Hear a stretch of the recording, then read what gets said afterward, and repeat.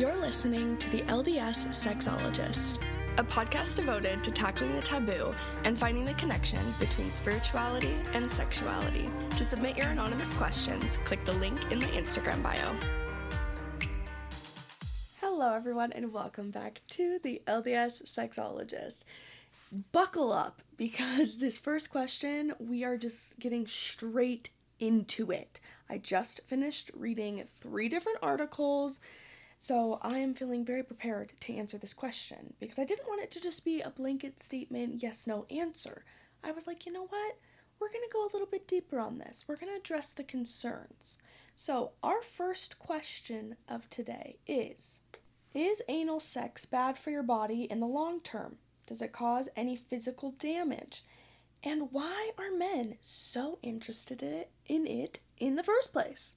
Fabulous questions. Let's begin. First, is anal sex bad for your body in the long term? So my blanket statement answer was going to be no. It's fine. But I wanted to give you more. So let me tell you a little bit about the risks that you're running overall in general.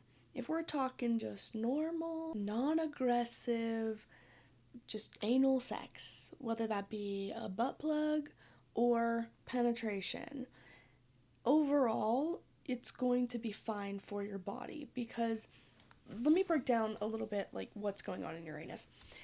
So you have 2 sphincters anally, and the first one you have control over. That one you can tighten to squeeze in a bowel movement, when you need to go to the bathroom, but you're not in a bathroom yet. So you squeeze that closed. And then when you go to the bathroom, then you relax that part and everything comes out. But then you have another sphincter that's inside that you have no control over. And this one, it's really important because it will suck anything up. So I don't know if you've ever seen, like Grey's Anatomy or any sort of like medical show where they typically will have an episode where someone will come in and they'll have some ginormous, crazy object stuck anally. And like a shampoo bottle, for instance. And then they'll say something insane like, I don't know, I like slipped and fell in the shower. And it's shocking for a lot of people. Or they'll do, the episode where they do an x-ray and then all of a sudden all the doctors are like covered around and we don't see what the x-ray is yet, but they're all shocked and they're like, well, that's where his pain's coming from. And then they, turn the camera and we can see that there's like a landline phone, back in the day when they had those, a landline phone like up there. Okay, yeah. A few things you need to know. So that second sphincter, that'll suck anything up. And your anus, as far as stretching goes, it can stretch way more than you think. Way bigger objects can go in or come out than you think. Alright, so it is circular. So when we're talking about like diameter and stuff, I will go like across, but it is going to be, it can technically stretch a bit more with diameter. But it's going to be about 3 inches that it can stretch, across, which is much bigger than people realize. And then internally, it's about 6 inches long. Just the rectum is what we're talking about. Now, there is a difference between the rectum and the colon, and you can technically go further up.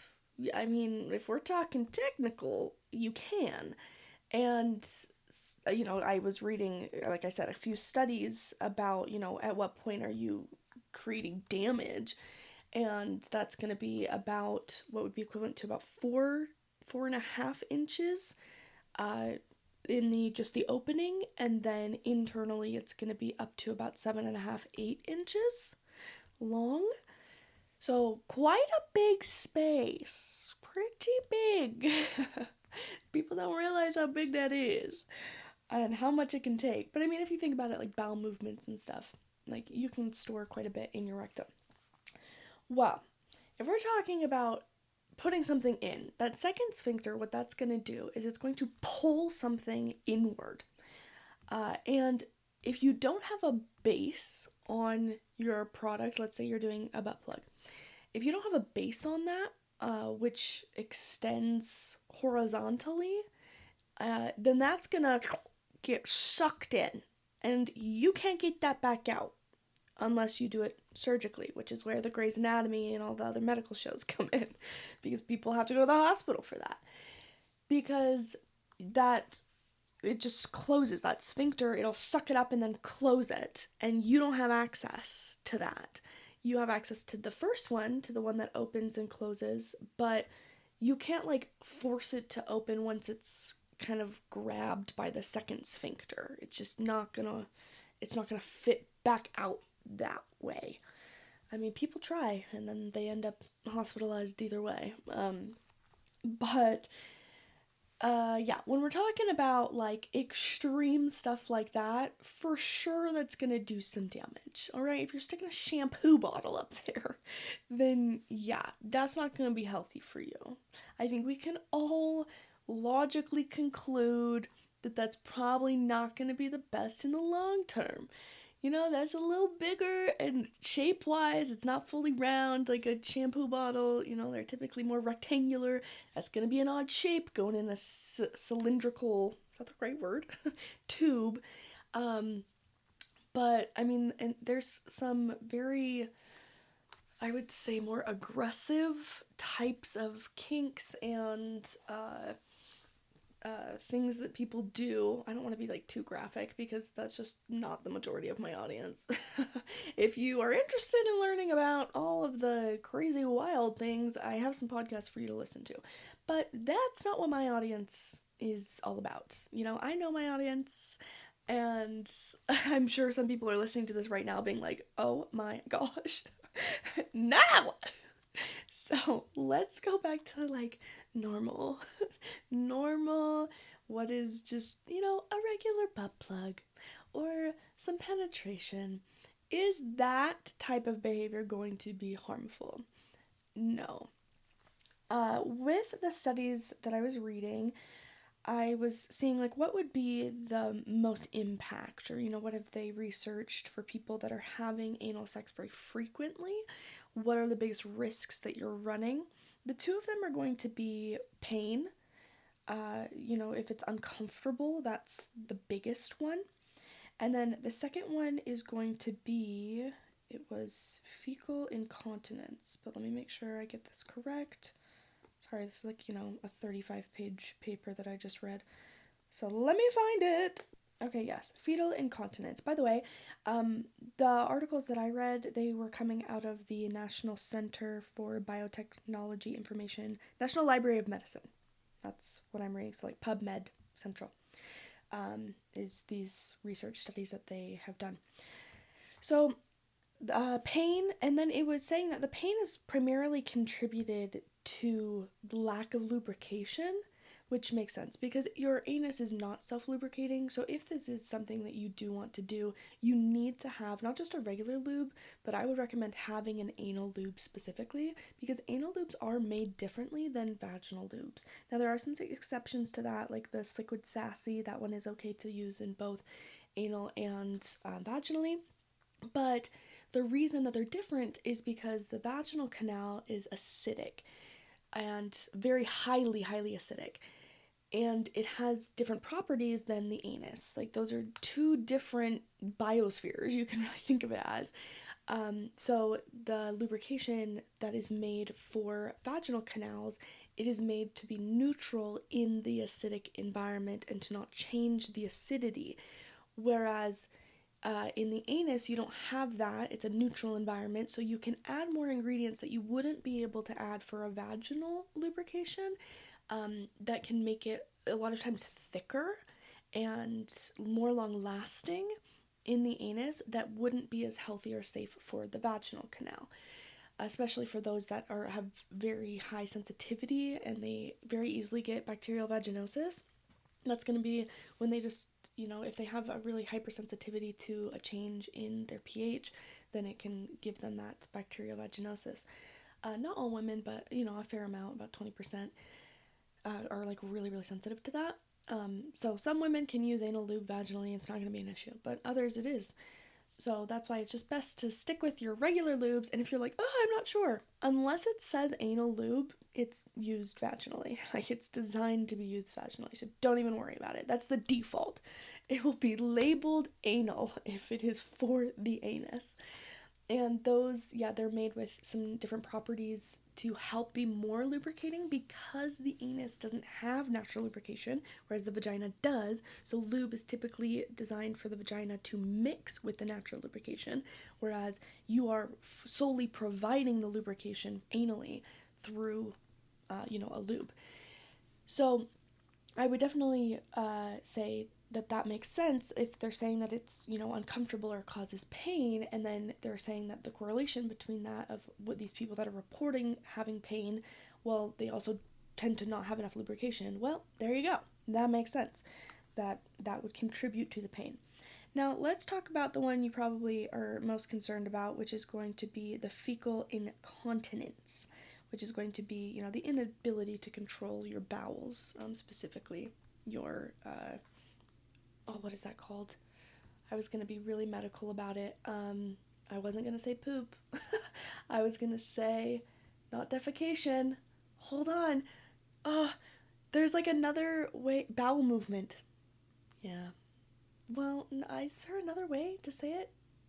No, I think that's it. Okay. Thank you for sticking with me through that. Clearly, I'm not a doctor. I'm not a doctor. I read a lot of doctor stuff, a lot of research medically, but I am not a doctor.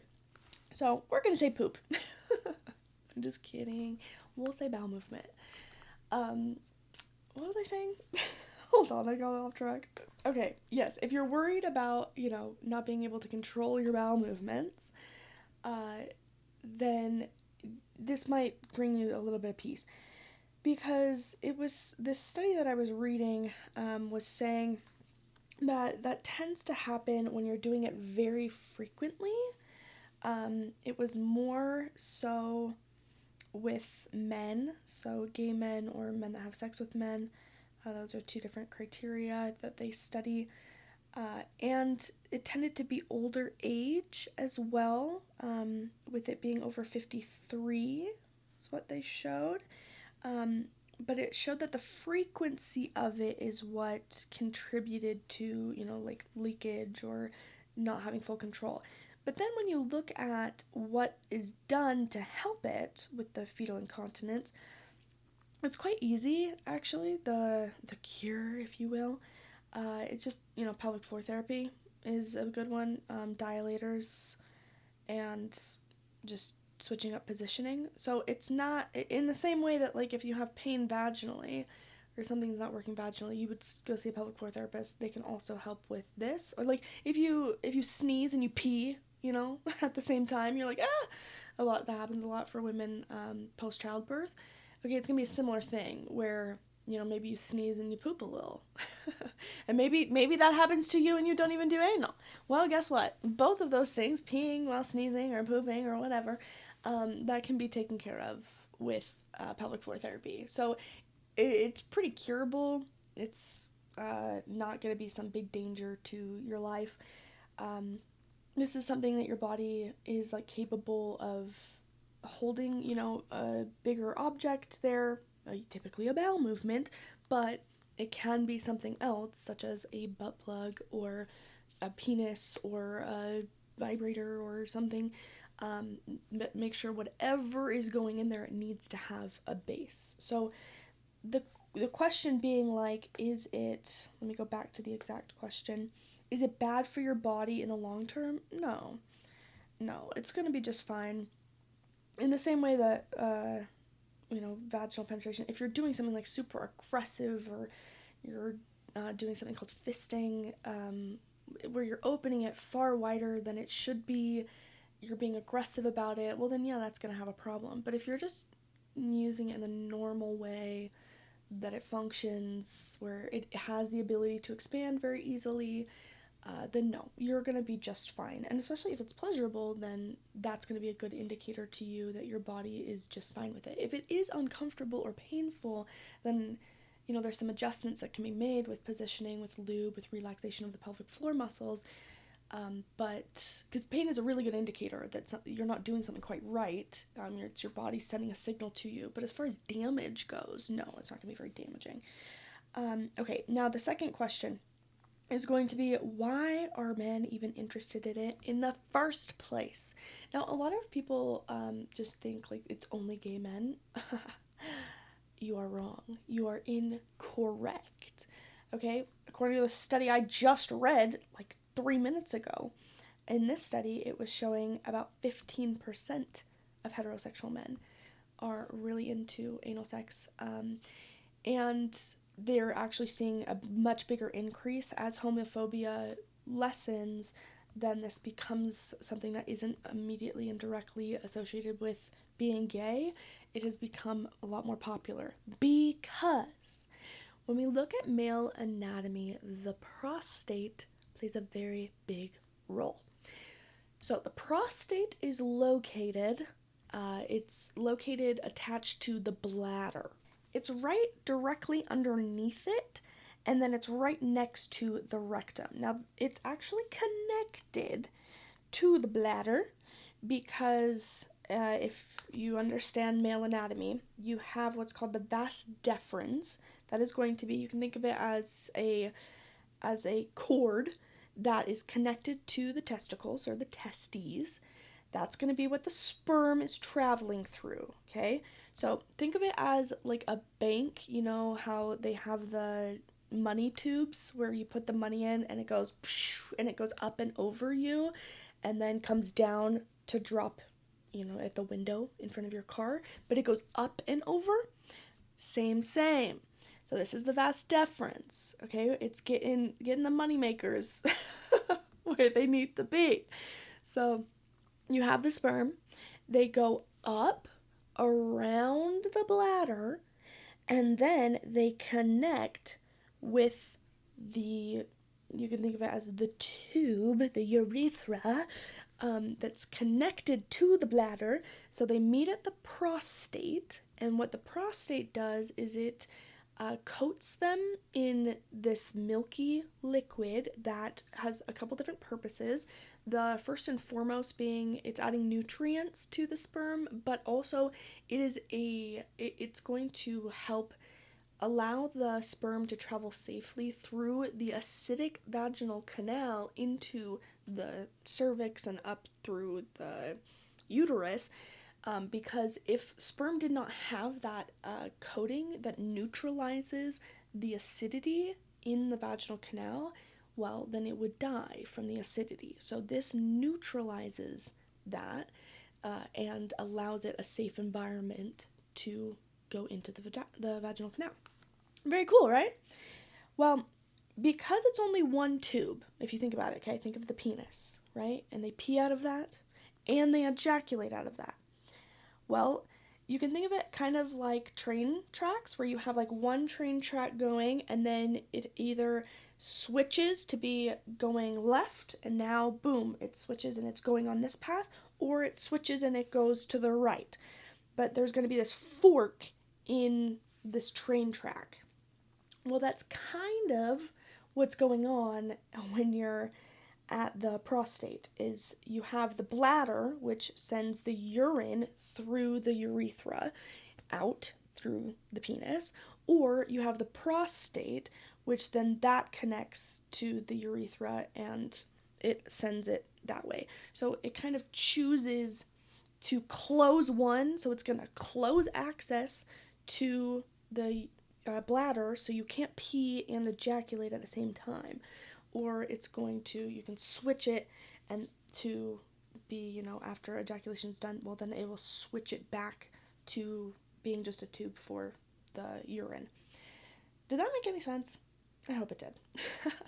Well, anyways, so this one tube is, you have the two routes that can then connect to the one tube, and it chooses like which liquid is gonna be coming out. Liquid's a terrible word. I don't know why I chose that. I'm so sorry.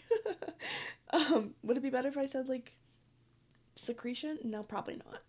I don't know what the best usage is of the word. Again, I'm not in the medical field. Maybe I would have better vocabulary words to describe this. The moment that word exited my mouth, I was like, there's someone in their car right now listening to this, and they cringed so hard. They were severely disgusted. And no, this is a normal functioning of our body, okay? Don't turn the episode off. Please, stick around. I'm about to explain why people like anal, why men specifically like this.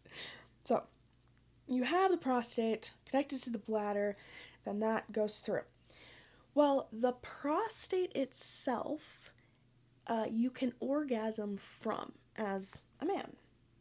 It's a gland, and it's packed with very sensitive nerve endings that they link directly to the pelvic network and to the pudendal nerve system and the other nerves that you have that control sexual arousal and climaxing. So it's this hub of these nerve endings and things, which again makes sense because this is what's going to send the final, like, let's go, boys, through the tube to exit. So they're sitting there the sperm is like getting this, I guess we could think of it as it's getting its gear on, so it's going to be protected inside the vagina, so it's doing that in the prostate, and then the prostate is what sends the final, like, flush out through the urethra. So this gland itself is very sensitive. It's about the size of a walnut. If you're wanting to, like, picture, like, how big is this? It's about the size of a walnut. Well, this walnut is located right next to the rectum, and because it's so sensitive, and because when it, spasms, when it has connection with some sort of vibration or some sort of touch or something, then it can stimulate ejaculation, and it can cause an orgasm. So if you have a butt plug in, and it is pushing up against the walnut, and it is vibrating very, very quickly, meaning it's vibrating the prostate and all of those nerve endings, well, then that alone can cause an orgasm, a compression of the muscles in the lower pelvic floor. But if you are doing this at the same time that you're also having stimulation on the shaft and the glands of the penis, which you can orgasm from, that can trigger that in your nerves, in the pudendal nerve system, in your, like, just your vagus nerve. If you're doing that at the same time, well, then you can get what is called a blended orgasm, where you're orgasming from two different locations, and you're feeling the expulsion of that energy from, a location that you're probably pretty familiar with, which would be the shaft and glands of the penis, and, like, how that connects to the body, but then also this internal place that a lot of times they have never orgasmed from, and so that can be a life-changing experience for them. In the same way that if you orgasm from your clitoris and your cervix at the same time, a lot of women don't realize they can orgasm from their cervix, or your clitoris and your nipples, or your clitoris and your people call it the G-spot. G-spot's not real, okay? But it is your clitoris, the bulbs of your clitoris that you're feeling from the inside of your vaginal canal. You can orgasm from the inside in a similar way, where you're pushing something vaginally up against this erectile tissue, these nerve endings, these bulbs, and then it stems an orgasm from internally as well as externally at the glands of your clitoris, and therefore you can get a blended orgasm as well. Women who are able to orgasm and understand the technique and relaxation and things, they tend to be able to have blended orgasms much easier, and then also, like, consistent orgasms, or more orgasms after, so, like, in sequence. So, like, they'll have one, and then they can hold the energy before it just, like, completely goes out of the body, and then they can, like, build up for a second or a third. They can have multiple in a row, whereas men cannot, because they have a refractory period. And there's different techniques that you can use to help with that, and I go over that. That's a lot of what my learning content is on my Patreon, is talking about, like, techniques that you can use to help with that. certain type of touch, certain types of holding your muscles, squeezing positions, to help with that. But if you are going back to the prostate, okay, this gland that is like, you can think of it as, its own like erogenous zone, and you're pushing up against it from inside the rectum, and even also the perineum, right behind the testicles, before the anus, that kind of like blank spot of tissue. If you put a vibrator on that spot, I typically recommend for women that have vibrators, turn it up to the highest speed and then have him like sit on it or like really push it on like right behind his testicles, because there's a ton of erectile tissue there, and the prostate is located right above that spot. So that can also stimulate the prostate, get it to vibrate, get it to stimulate, and then boom, he can orgasm from that, which is why men like it so much, because you're orgasming from it, because it's very, very, very pleasurable. It's sending this energy through your body and it feels great. So no, it's not just for gay men. It's very long been only associated with that, but there are, 15% of heterosexual men that really enjoy having a butt plug in at the same time as penetration, because they have the ability to get that blended orgasm. And there's a ton of different types of, if we're just talking butt plugs, that can go in, and they're typically, when they're marketed to men, they're going to be an L shape. So it's going to have the vertical part that's going in anally, and the really good ones, they usually have like a curve to them or a tilt or even a hinge in them, so it can like just hinge right up against the prostate. And then you have the horizontal part, the L, the bottom part of the L, and that part sits on the perineum right behind the testicles. And so it's vibrating from both the side and like from the inside, and then also from underneath, pushing up. So it's getting it from both sides. Yeah, it's very pleasurable for a lot of men. That's why they like it, because their anatomy was like made for that. I think that's everything. That's a good basic overview of anal. Women, actually, let's touch on this. Women, it is slightly different because we don't have our prostate there. Technically, we do have a prostate. Of course, we have not studied it. They believe that the female prostate is found in our bladder, in our urethra, which would make sense because it'd be a similar location. They believe that that's where squirting comes from, but also they have looked at this, what's called the Skees gland, for squirting, and how it produces its own secretion or liquid, and it's not urine. So they do, there's some contrary studies. Some say it's just the Skees gland. Some people say, or some researchers I should say, look at like it coming from this internal spot inside, and then it comes out the urethra in a similar way that ejaculation comes out of the urethra in the penis. That we do have a prostate that's called like the female prostate. But have we done any real huge studies on that? No, of course not. So very little research that you can find on that. A lot of it's hypothetical, a lot of it is not super well known. Again, the nerve endings of the clitoris wasn't mapped out till this year. So we're a little behind, to say the least, on women's anatomy and pleasure and understanding how everything works down there. But I'm very hopeful that one day we're going to really get a picture of what's going on and how to make everything feel better. And yeah, we'll find some really cool things out, I'm sure. But for women, anally, they tend to prefer a push in, pull out method rather than just a butt plug. Or if it is a butt plug, they tend to like it more tapered. You can think of it more cone-like shaped rather than like bulbous, which is funny because a lot of the butt plugs, they are bulbous. They like have this tiny little peak at the top, and then it's like this big fat thing, and then it like closes at the bottom, and they make it look all cute, and they have flowers and diamonds on the bottom or whatever. But a lot of women actually don't like that shape, because that shape's going to be better suited for men, where it's like going to push right against the prostate. Whereas if it can be something a little bit more slender or bumpy, or in its shape, then when it goes in, and then when something or him goes in vaginally, then you can feel it up against the rectum because those are right next to each other. So you can kind of feel that through the tissue. And that can feel quite pleasurable because you have some nerve endings there.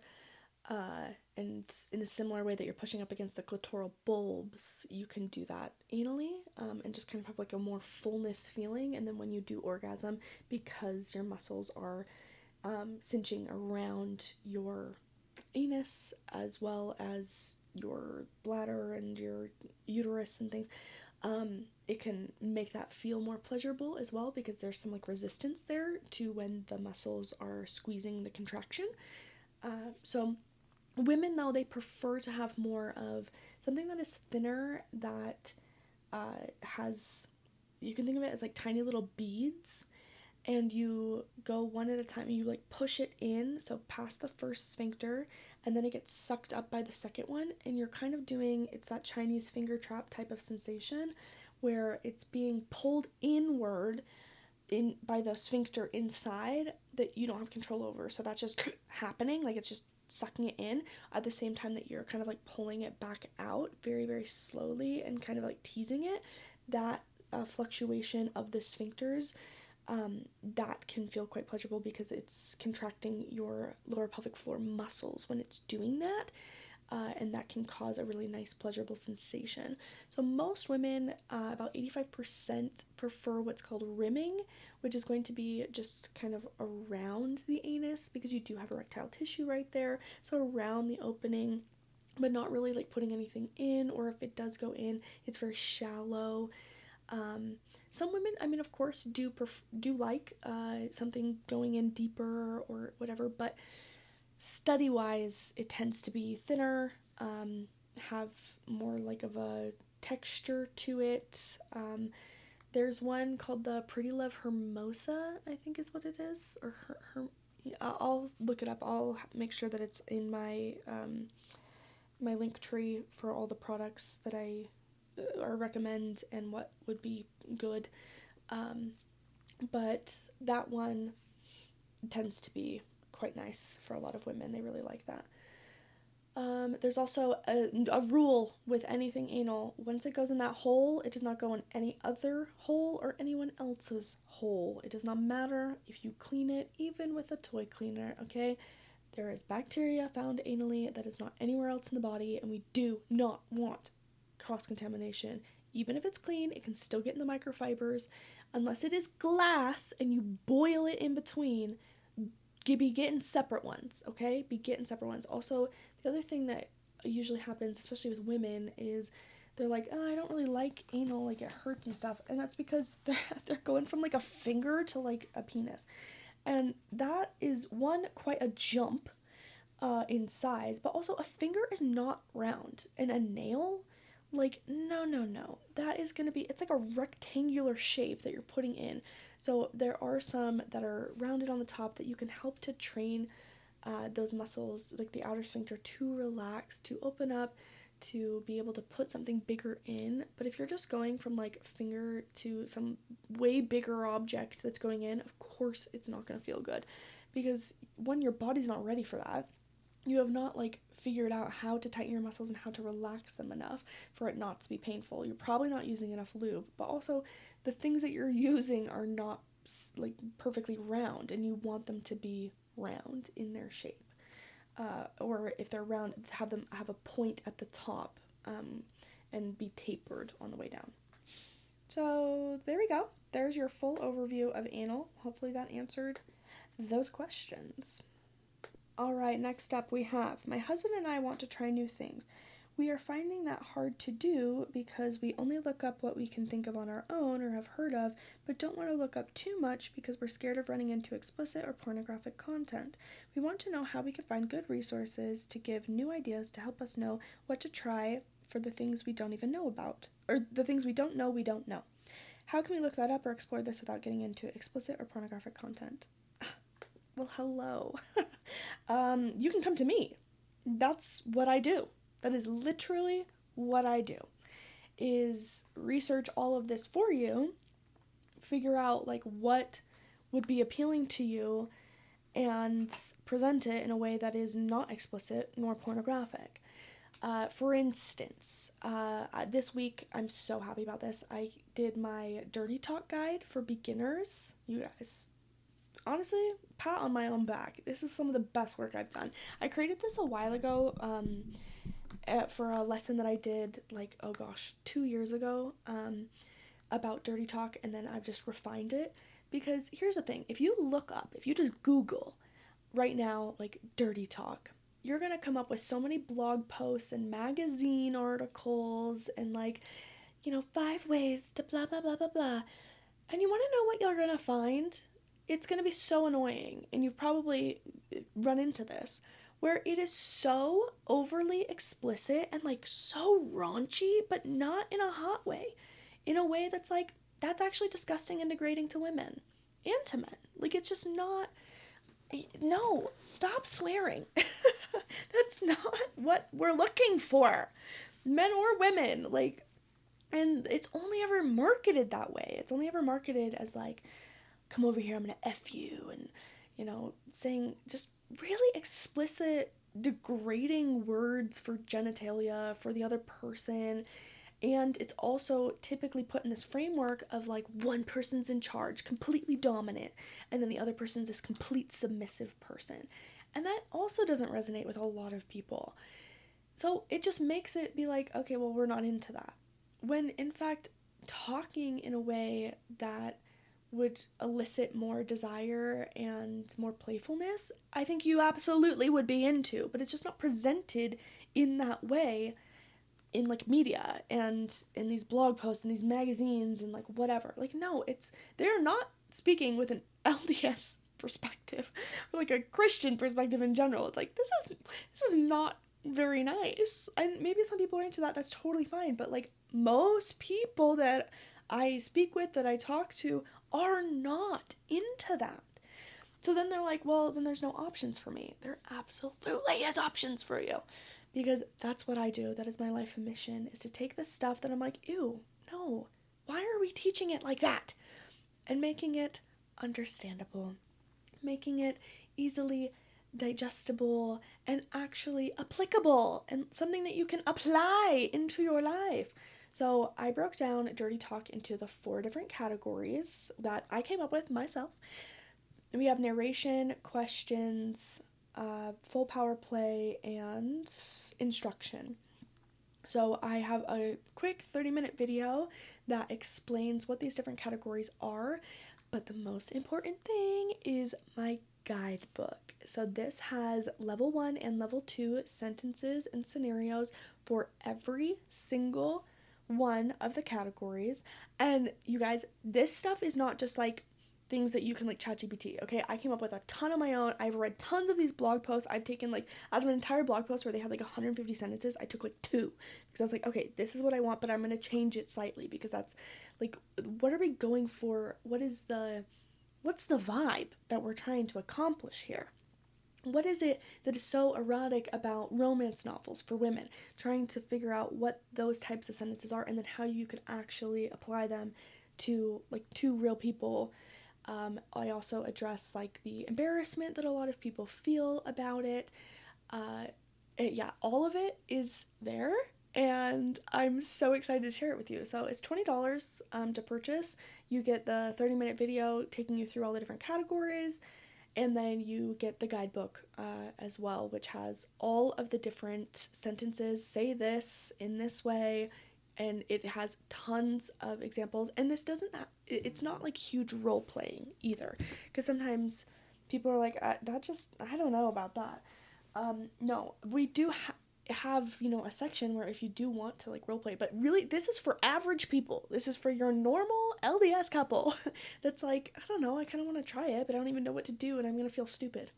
If that's you, but you even have a slight interest where you're I don't know, maybe this sounds kind of fun, then go purchase this, because I'm telling you, it's awesome.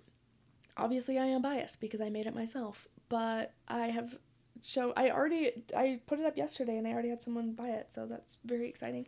But I've shared it with a few people. I always, when I drop something, before I like open it up to the public, I have quite a few of my my testers, as I call them. I have about 10 couples that I send my material to, have them test it out, make sure that it makes sense and that it works, and give me some feedback on any of my resources. And this one, 5 stars across the board. I was very proud when I finished it. I was like, this is going to help so many people, and I'm very excited for you all to have access to it now. And it has cute artwork as well. Something about me, I just really love to have inclusive artwork of different ages, different abilities of people. So I love disability representation in the artwork that I make, and also in like the dynamics of the picture itself, like making sure in the full power play there's like 2 different versions of one where like she's clearly in charge, and then the other one where he is. And yeah, anyways, go check that out. So to answer this question, if you want to try new things, I am your girl. Okay, and that's just one category, just dirty talk. If we want to talk spanking, games, different types of play, I mean, we've got loads of stuff, and a lot of the stuff that you didn't even know was a possibility. That's what I'm here for. Okay, this next question says, is it normal to only orgasm in one position? Missionary. Seems like for the male, it's pretty easy no matter how or where, but for me, it takes so much work with concentration and the perfect spot. So is it normal to only orgasm in one position? I mean, yes, that is normal. I struggle putting things in like normal and abnormal, because then a lot of people like freak out because they're like, oh my gosh, I'm not normal. Because we have such a limited definition of normal, especially when it comes to this particular space. So is that okay to only orgasm in one position? Sure.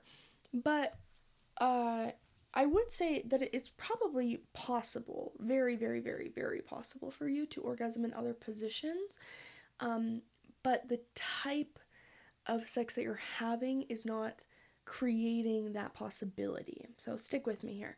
I did talk about this a bit in my last Q&A about, kind of like the sex that's on the table. Now, if you do not have enough blood flow in the bulbs of your clitoris. I'm just like never gonna shut up about this. And every freaking episode, you're probably like, oh my gosh, enough with the blood flow. No, it's never enough, because we don't have enough blood flow. That's the point. That is the point, is you need blood flow. So if you're in missionary position, what I would pay attention to is, what is it about that position that is causing you to orgasm? So this is kind of going back to my episode that I did with Carmen about sexocorporal therapy, where that's focusing on understanding like what is going on in the body at the same time as like our mind in the moment of having sex. So really paying attention to, are you like laying completely flat? Do you have a pillow behind your butt, arching it up slightly? In what ways are you tightening your muscles? How fast or slow is, your husband going? In what ways are you clenching your pelvic floor muscles or relaxing them?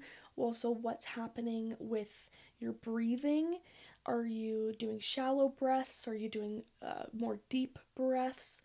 So I would really, really pay attention to what is going on in your body in that particular position where you know that you can orgasm, and start to make some observations of like, okay, so when I'm in this position, it allows me to tighten my lower pelvic floor muscles really easily in this way. Or I have this type of breathing, and so because I'm laying down, it allows this type of breathing to be a little bit easier, or whatever it may be. What are you doing? Is there a certain way in which he's like touching you or holding you that all of a sudden you're realizing like, oh, well, that actually is like what feels really good? Or is it the angle at which he's going in? So I have quite a few questions that you would have to go and run some experiments and do this a few times, and also ask for his feedback too. Like, what is he observing in you? What does he feel that's going on? with the squeezing of your lower pelvic floor muscles, because there are a variety of positions that you could probably get into that would cause that same feeling. But if you're only limited to like most couples are like 4 positions max. It's like missionary, cowgirl, doggy, and then maybe something else. I don't know, like 69 or something. But even for a lot of couples, that's like that's not a regular thing. um, there are way more positions than that. And there's also some like really small adjustments that you can make to make things feel better. So, for instance, let's take you laying on your back, and if your legs are up and they're resting on the shoulders of your spouse, okay, that's going to be a different position of like what's going on with your muscles than if you're in that exact same position, but your legs are slightly like wider, and instead of like on the shoulders, maybe they're like underneath, like by his waist, and you're pushing your feet against a wall at the same time. So your legs are bent, okay? You picturing this where you're laying down flat on your back, your legs are up, but your feet are like pushed against the wall. So they're kind of at a 90-degree angle, and your legs are wider spread. They're on his side, so like kind of like next to his hip, depends on his height, but his like rib cage, right? But if you're actively pushing your feet against a wall at the same time that he's like pulling you, back and forth, that is going to be working your muscles in your lower pelvic floor very differently than if you were like just resting your legs straight, or if they were resting just on his shoulders at that elevated level. We're working with gravity in a different way. We're also, depending on your type of breathing, if you're breathing from your chest versus breathing from your abdomen, and being able to like slow your breath and then quicken it, and then be able to clench those muscles, be able to relax them, that is going to promote that blood flow in a different way. It's also going to exhaust those lower pelvic floor muscles, which is what we want. We want them to get to the point where they cannot hold the energy anymore, and so then they dispel it through orgasm. And there's ways that you can do that a lot quicker. Sometimes I'll use the analogy of like if you pick up a 5-pound weight and you're just like, pushing it up and down, like doing a bicep curl, and you're like doo doo, blah, blah, blah, and you're just up and down, up and down, up and down, and it's 5 pounds, and it's more of a wrist workout because you're not doing it properly, versus if you have your arms straight out, you have a 5-pound weight in there, and then you like, when you're pulling it in towards you to do the bicep curl, you're also like tightening your bicep, and you're really activating those muscles. Even a 5-pound weight can then all of a sudden like really be working the muscles, rather than just like lifting it up and down and kind of like tapping your shoulder with it. It's going to take a lot longer for your muscle to like get exhausted from just the simple like lifting of your wrist with the weight, versus like an activation of the muscles itself. It's going to be a completely different exercise, in the same way that it'll be a completely different experience when you start working with your body and with your muscles to create a pleasurable experience. Like when he's pulling out, to squeeze your muscles at that same time, so you're kind of trying to pull him back in while he's pulling out. That feeling that you're gonna have, versus like when he's going in, doing a different breathing technique, that's all going to be affecting your ability to orgasm, which if you start focusing on that, then you can start really switching up positions and be able to do it in a lot of different ways rather than just one. Because what's probably happened is you have your typical amount of blood flow that you're working with, because this is the typical amount of time that you spend, having sex, where it goes like this. You start kissing, and then you take off your clothes, and then you get in this position, and then he touches in this way, or you do this, and then boom. And in any other variation, like you can't get comfortable, or you can't relax, or it just like doesn't feel as good. Well, it's because you're trying to use the same like pattern that equals like pleasure in that way. Instead, we got to switch things up and be like, okay, if I'm going to be like standing, Or if I'm going to be in this type of position, what I'm going to need more of is I need more touch on my spine or on my glutes, or I need more of like nipple stimulation, or I need more blood flow to be here in my body if we're going to do this type of position to make it feel more pleasurable.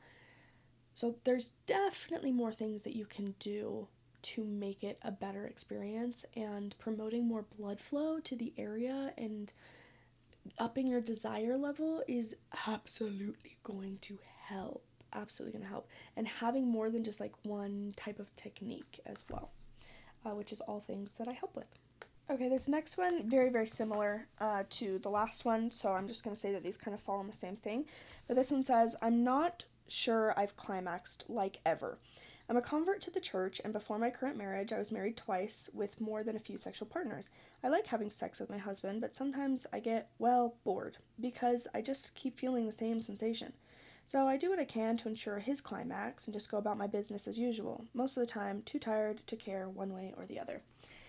Yeah, that's a very, very common story that I hear and work with very often, where it's just kind of like, this is something for him because, it's not that great for me. Ugh, girl. It can absolutely be great for you because your body was designed for it to be great. Way more than his. Way, way more. Also, when we're talking about a male experience and what is erotic to men, I really like to point this out to a lot of women, because if we're talking like if you're feeling each other's bodies or like having a good time and enjoying themselves, a lot of times if you're open and having these types of conversations, you may hear from your spouse that he really loves like touching you and like seeing you happy, and you're like, thanks, I feel the same way. And you do. For the most part, you're like, yeah, I really like seeing you happy in this way. Go us. But on a scale of like 1 to 10, of like 10 being, this is so hot, this is incredible, this is turning me on, and 1 being like, nothing. Okay, it's gonna be typically between like a 3 and a 5 with women, okay? And this is just me. This is me making up that scale, okay? There's actual like research and stuff that give percentages. I don't have those studies up right now. But as far as, even like seeing him reach his peak because of something that you've done and like you're causing him pleasure, and it's like, wow, yay. I'm so glad you had fun with that. That was fun for me too. That's gonna be like a 5, okay, for women. The thing you need to know is that it's not the same for men. It's not the same. And there is so much research on this. And I think it's actually so incredibly fascinating to like look at the brain scans and stuff of this that's helped us understand where this is coming from. With men, let's say that he's, if you're having a really enjoyable time with him, he's doing something just for you, in the same sense that like if you were to give him a blowjob and then like see him like reach orgasm, like yay, okay, that's like a 5 out of 10, like yay, I'm so glad you had fun. That was fun for me too. Whereas for him, if he's like doing, let's say, oral on you, we'll just do the same comparison, where it's like something like truly for you, for your pleasure, seeing you reach orgasm is going to be like an 11 on his erotic scale of like what that does to him, of how attractive that is, and how much desire that creates in him to do more and want more from you. Whereas it's just not the same for women, typically. Just on an average interaction, it's just not. We're like a makeout. A lot of women are like, man, he just seems to have such a great time, but like my lips are tired. I'm kind of bored. Like, can we switch things up? Like, can we maybe like talk a little? Like, I'm gonna need more than this.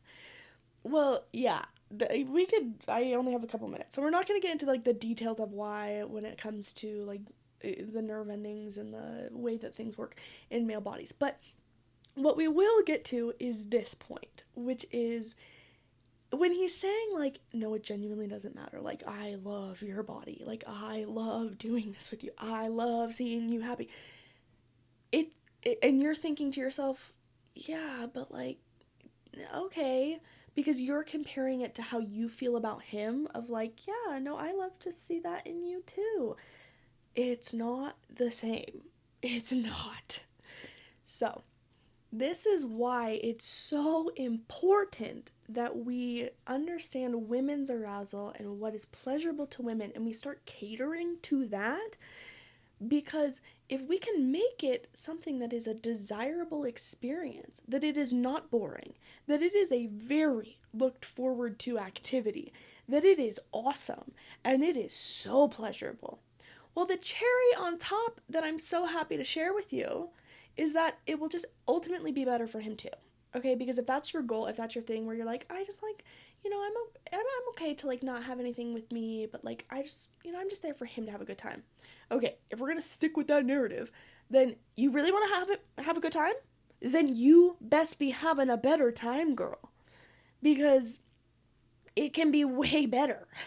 Way better for him. If we're saying that he's the most important thing, then if you're saying that you only care about his pleasure and like you're kind of, it just doesn't matter for me. Okay, well, then fine. Two can play that game. Then why are you not having a better experience? Because it would actually ultimately make it better for him as well. So, haha, Uno reverse. So what we want to do is we want it to be something that is so pleasurable. But the methods that are pleasurable for women, that really cater to their arousal and their desire, are different than men. Or at least different timing than men. Men also want emotional connection. They also want all of the things that women find arousing, but it's on a different timeline. It takes longer for women. We need more things that we can respond to. It's not spontaneous like it is for men, and I have other episodes about this, but we want to really flip the narrative and like change everything and say like, okay, what is it that is going to make this a desirable experience? So a very stupid example would be when we're talking about desserts. All right, I got my list of desserts. I'm a big absolute fanatic for sugar. That is my just everything. I'm not a salty girl, I'm a sweet girl. So when it comes to, the plethora of dessert options, you've got donuts, you have ice cream, you got pie, brownies, cookies, cake, etc. For me, I'm never going to say no to any of them, obviously. But if we're just saying, like, what is available, if I have every single option available to me, okay, I'm not going for ice cream. I'm not gonna go for a donut. Like, those are just such average desserts to me. Even sometimes a brownie, depends on the type, but like, meh. I mean, I'll eat it, but like, it's not my preferred. If you're giving me a 7-layer chocolate cake with a ganache frosting, yeah. Yeah, that's what I'm gonna go for. I'm gonna dream about that. That's all I want. Like, that is the perfect dessert to me. A donut, like, okay, maybe if it's like jelly filled, it's like lemon filled, okay. I mean, I like it. It's fine. It's enjoyable. But it's not a 7-layer chocolate cake with a ganache. Same idea, okay? If we're only just putting out the desserts or like the options for sex and saying like, I mean, okay, I kind of like a donut, or I like cake. Like, it's good, it's fine, but, a couple nights a week having some cake, it's just like not my dessert of choice, so I don't really crave it, I don't really want it that much, but like, he really loves cake, and I'm fine to make it and to eat a little bit, but it's fine. It makes me happy to see that he likes the cake. Versus you two having a discussion about, okay, what is your dream dessert? What would you want? And if you're like, I don't know, well then great, come to me. Because I will help you, I will give you all the options. I'll say, here's tons of different dessert options. Here's the recipes for all of them. Go try them out. Go test that at home. And then you can start to discover. And so then we can add more variety, but we can make things that you're craving, that you're wanting, that you're looking forward to eating and doing. You feel me? You get me on this analogy? Like, it doesn't just have to be this, like, meh, mediocre thing that you're like, I'm kind of indifferent either way. Like, if it's in front of me, sure, I'll have it. But am I going to go out of my way to eat it? No, I'm not. I'm not going to, like, be thinking about it all day, because I don't care really that much. It's not that great. Versus, like yesterday, I went out to dinner at, Olive Garden, and I did not order the cake that they had. I've had regret ever since. Okay, I've been thinking about that, and I think I'm gonna have to, like, just order it DoorDash or something, because I cannot stop thinking about it. I want it so bad, and I have so much regret that I didn't eat it. And, it's all consuming. I really, really wanted that. And so when I get it, when I buy it, the amount of anticipation that I will have had now for the last 24 hours of, like, wishing I would have ordered it, and then being able to have it. Do you know how enjoyable that experience is going to be for me today? It's going to be magical. I'm very much looking forward to eating that cake. I want your sex life to feel that way, where there's these moments where things are going to go somewhere and then I don't. And so then now, like, on purpose, we purposefully do things like that, where we have you accelerate only to slam on the brakes and be like, okay, time to get out of the car. Time to, like, stop the activity. Time to stop the makeout. Time to stop mid whatever. So that way you're thinking about it the whole next day and you're like, oh my gosh, I just want that more than anything else. Like, I wish we would have done this. And it allows you to build that desire, build that anticipation. So then when it is in front of you, you're saying, yes, I want this. So and that is going to typically lead to orgasm as well. Orgasm isn't necessarily, like, the ultimate goal, because then it becomes a performance anxiety situation. But pleasure's the goal. And we can do so much to up the pleasure. All right, it is the hour, so that is all I have for you today. Thank you so much for joining me this week. Hope you learned something. I am an educator after all. Please go check out the new Dirty Talk guide for beginners. You want to spice things up? You want to know where to begin? You want to make things, more fun and pleasurable? You want to seek after that pleasure? Go buy that guide. Okay, go watch that video. And I have so many more coming. I also have a techniques video that's out as well. It's just my very first of that series, but it's going to be, I believe, a 5-part series where we're going to go section by section in the female genitalia, and all based on research by the Kinsey Institute.